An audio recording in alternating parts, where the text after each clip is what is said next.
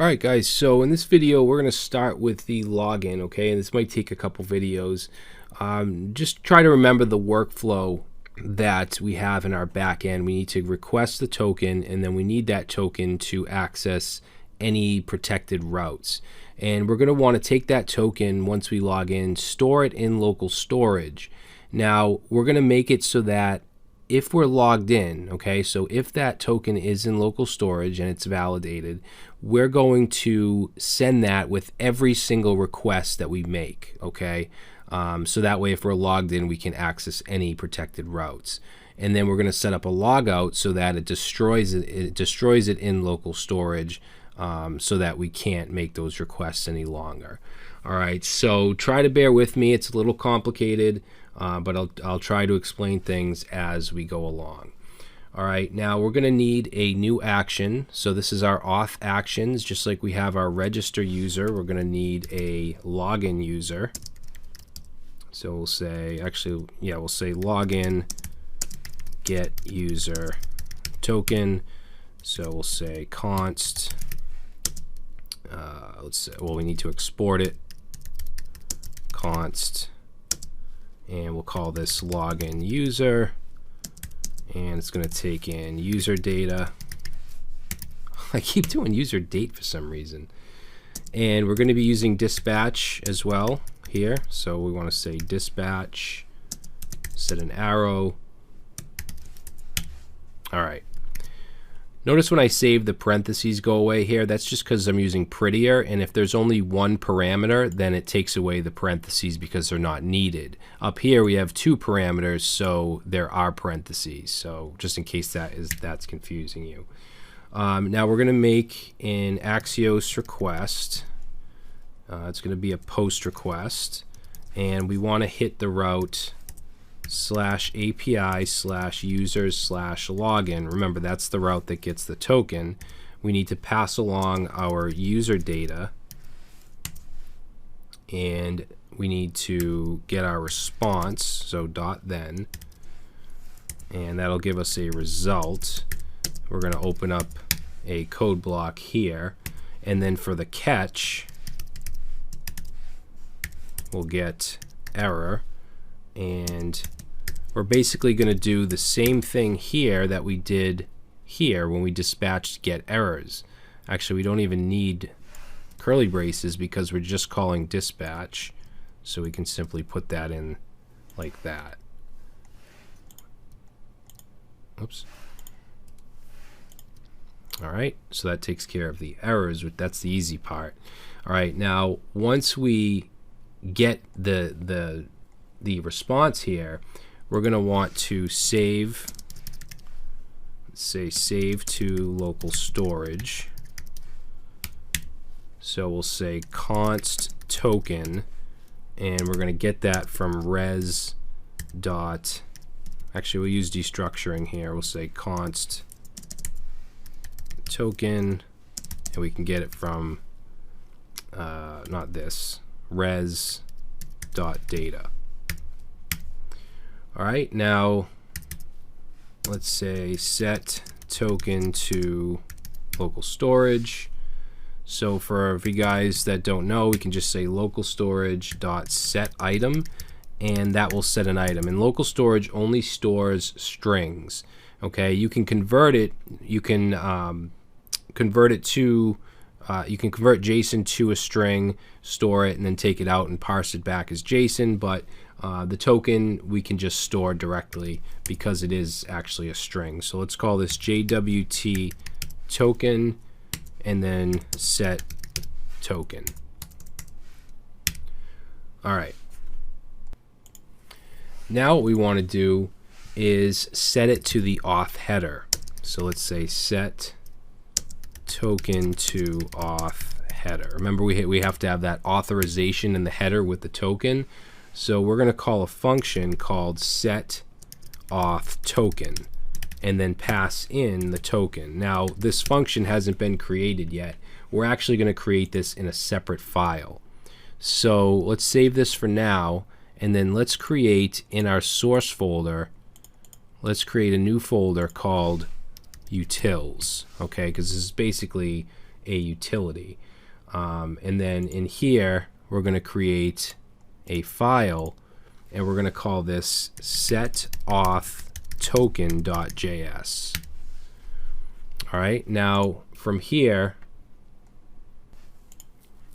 we're going to use something called Axios defaults, okay? And we can actually set a default header for Axios. So let's say import, and this is one of the reasons I wanted to use Axios over fetch, because what we're doing now prevents us from having to manually make sure we have the token for each request that we need. It's just gonna, if we're logged in, we can call this function and it's just gonna always attach that authorization header. So let's say const set auth token, pass in the token. Okay, we're using an arrow function, whoops. And then we're gonna just check for the token. Okay, so if it exists, then let's say apply to every request. All right, so we'll say Axios dot defaults dot headers dot common, and the header value we want is authorization.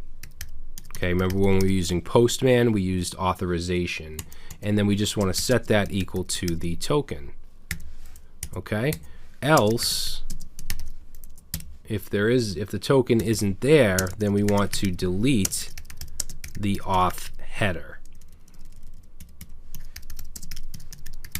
Okay, so we'll say delete Axios dot defaults dot headers dot common authorization. All right, it's as simple as that. Now we just want to go down here and export default set auth token and save.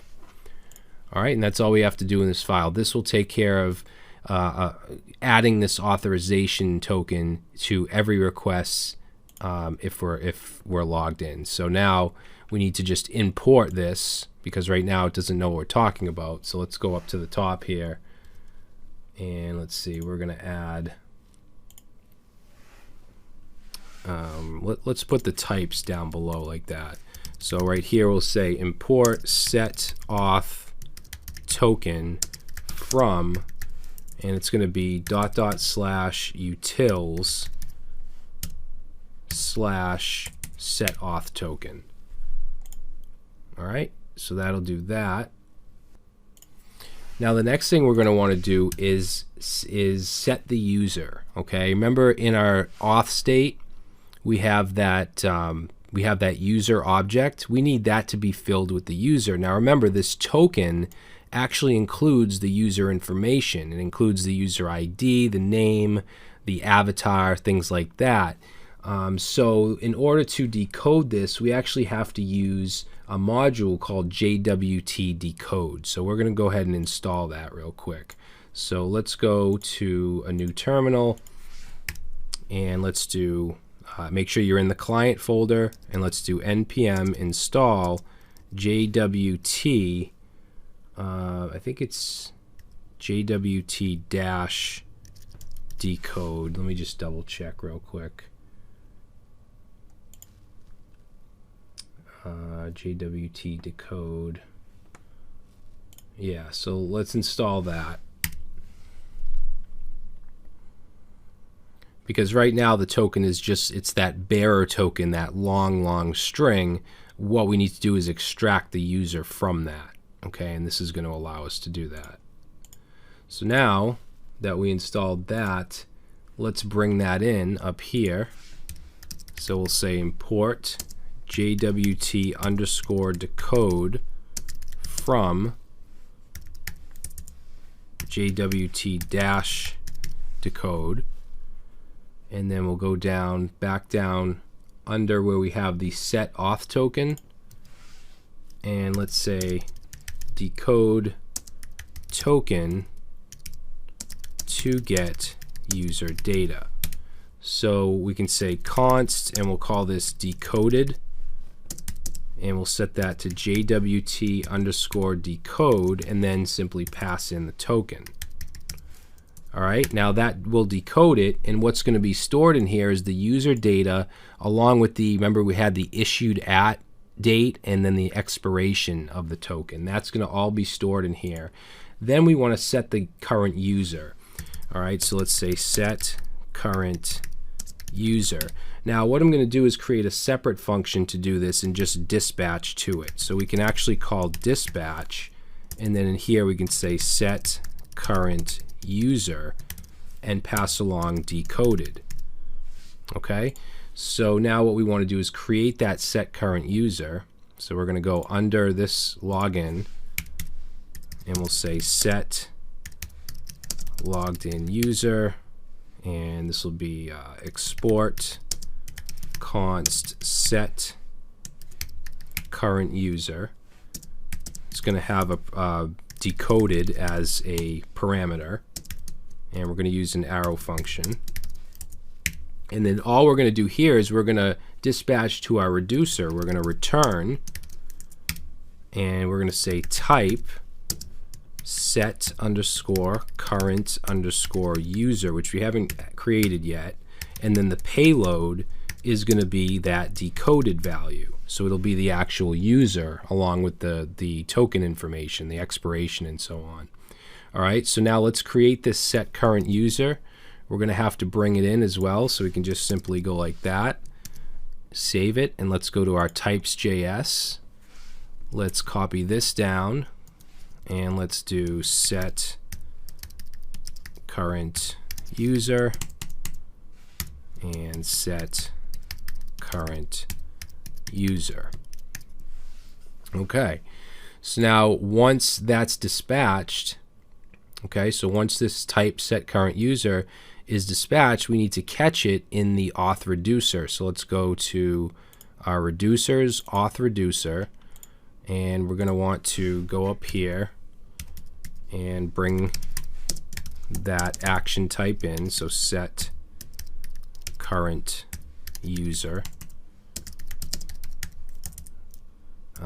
I keep putting const. This should be import.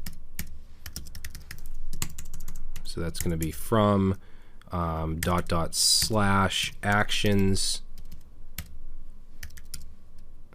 /types. Okay, so now what we want to do is create a case for it. So we'll say case set current user. All right. Now what do we want to do here? We want to return the current state, and then we also want is authenticated. Okay, now this is going to change. Now remember, the payload we pass in is going to be an object with the decoded user. Okay, so what we want to do here is check to see if that is not empty.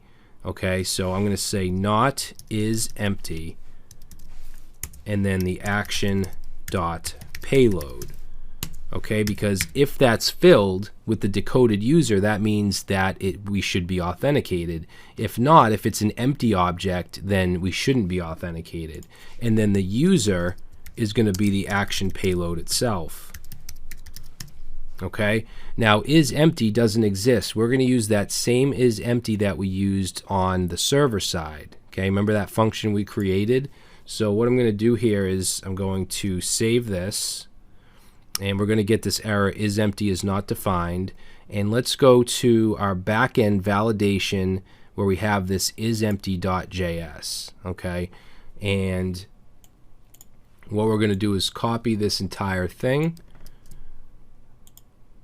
and we're going to go to our source in our React in our client, okay, where we've been working, and create a new folder called validation.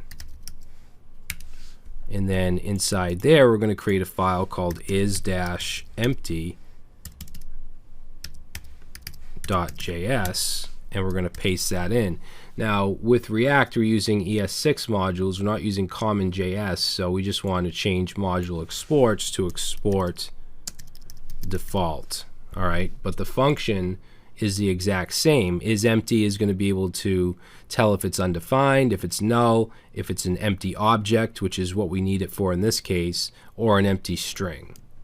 So let's make sure we save that, and then let's go back to our auth reducer, and we're going to want to bring that in. So we'll go up above here and we'll say import IsEmpty from .. validation / IsEmpty. Okay, so hopefully that makes sense. IsAuthenticated is going to depend on if this payload is empty or not. Okay, and then the user will be the actual payload. That way, when we want to log out and we want to clear the user, we can simply call this again and we can just pass in an empty object as the payload. Then they won't be authenticated and the user will go back to being an empty object. Okay. So now that we have everything in Redux to be able to get the token and set the current user and so on, in the next video, we need to go to our login component, which is in components auth login.js.